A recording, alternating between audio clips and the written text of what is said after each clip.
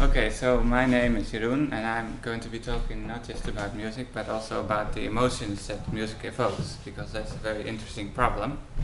But first I want to ask, have you ever thought how easy it would be if we could just analyze the fuel you put in your car and based on the analysis of the fuel determine the exhaust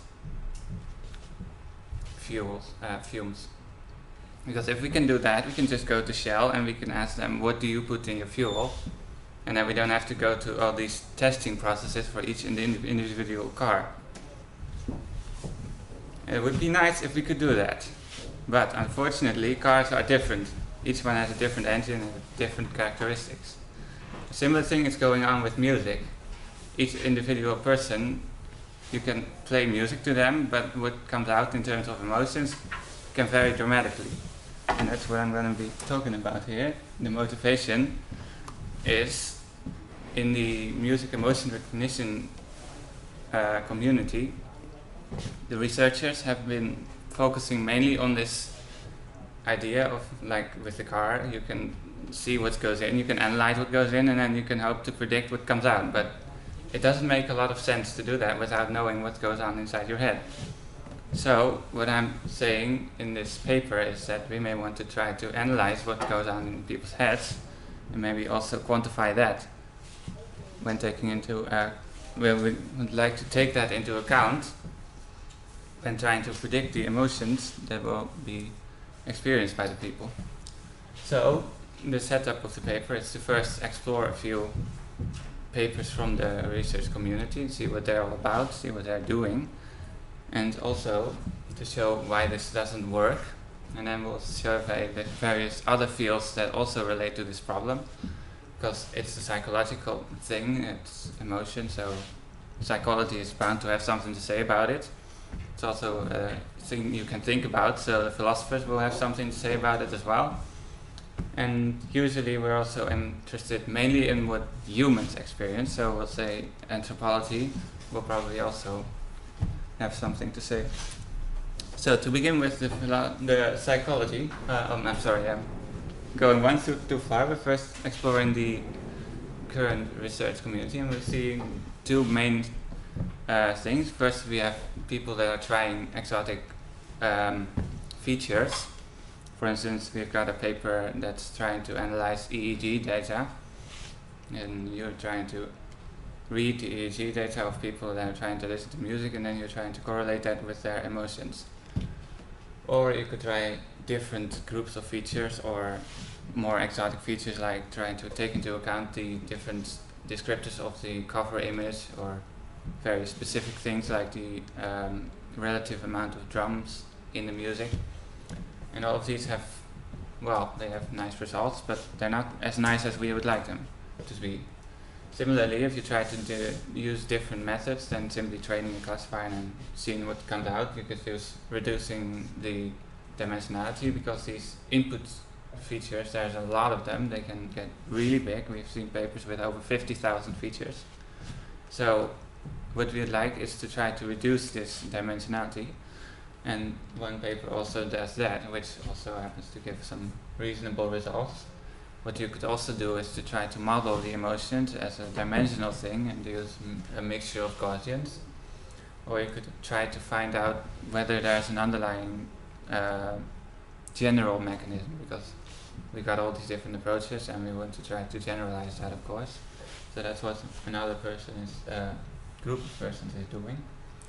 But the main interesting paper that we found was that sometimes the systems might be horses, which is a reference to Clever Hans, a horse that was supposed to be able to answer questions to mathematical problems.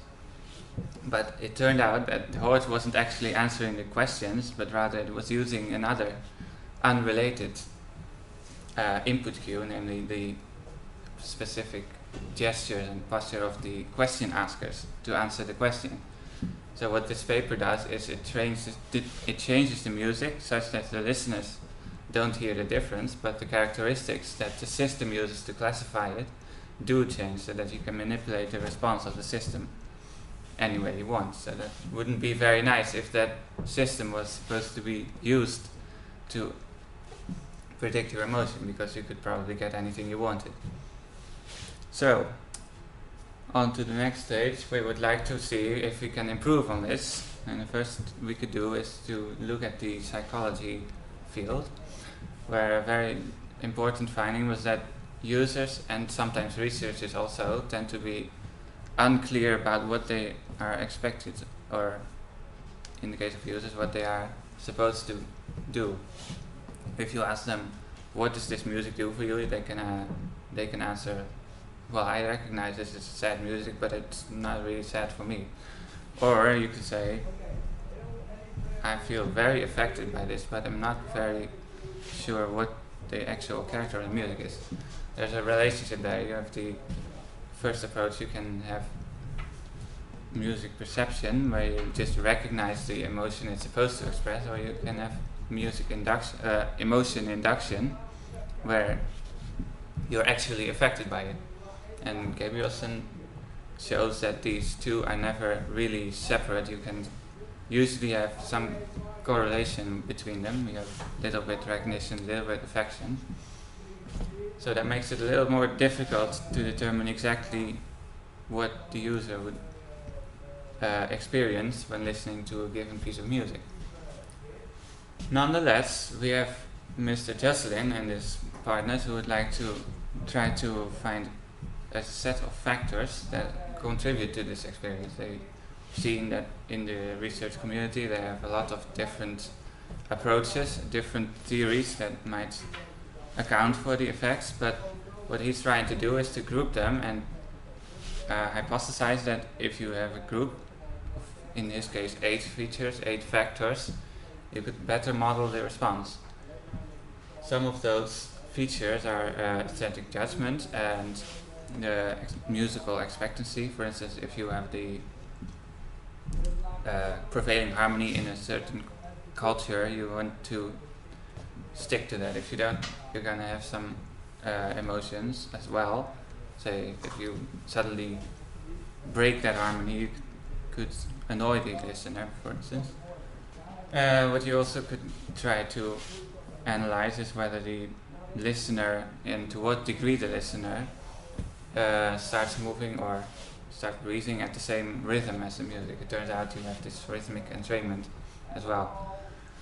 So these features are all very interesting. There are also some very hard to measure features, like for instance association with episodic memories, which would be hard to measure, but these other things such as musical expectancy should be a little more straightforward to measure. So what we would like is to see more research into systems that also incorporate these factors.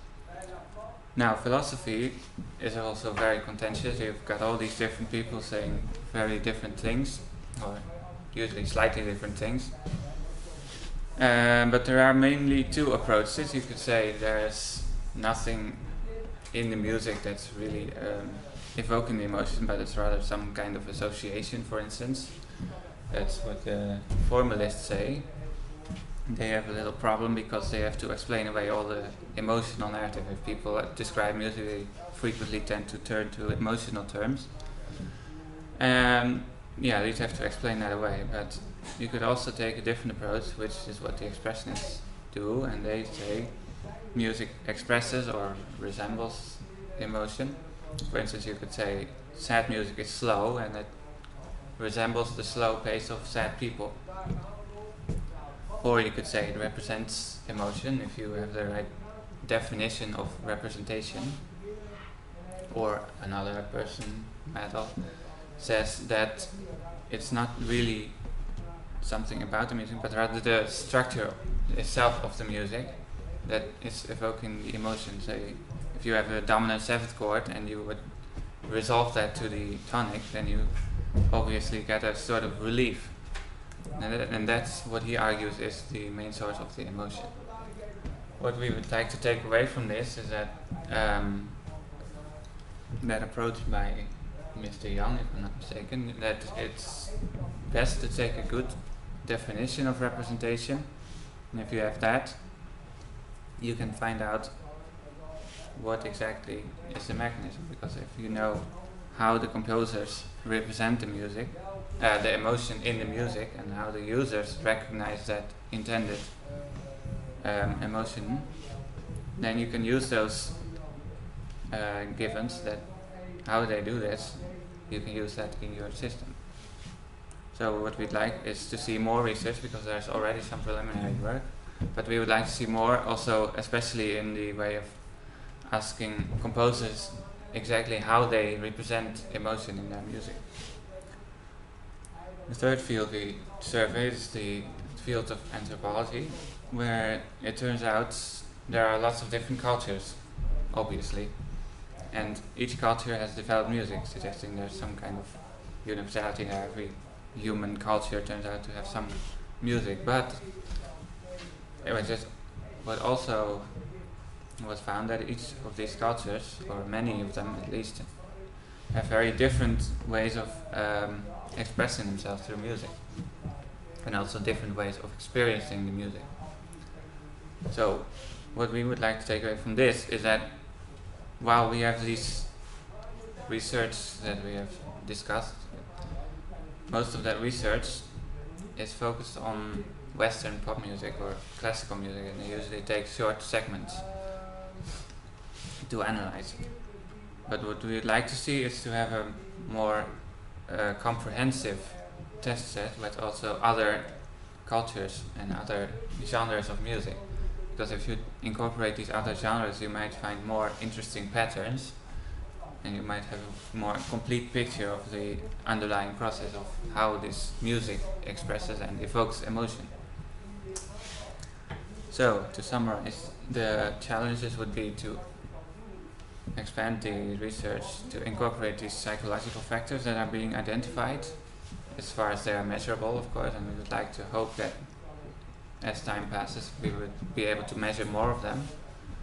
Furthermore, we would like to explore how exactly composers represent music and how users recognize it. There is some work on that already, for instance, which I should have said earlier, but there is some work that explores which tags are being assigned, but this is kind of an imperfect means to determine this process by which they assign the tags, because they could also say they don't like it and they say it's annoying them, but then that's not really what's expressed in the music, that's more what their opinion of it is. So that's what you would have to separate out before you try to use that sort of data. So that would be a way to a field to expand in as well. And finally, of course, we would like to branch out to other genres and cultures. Are there any questions?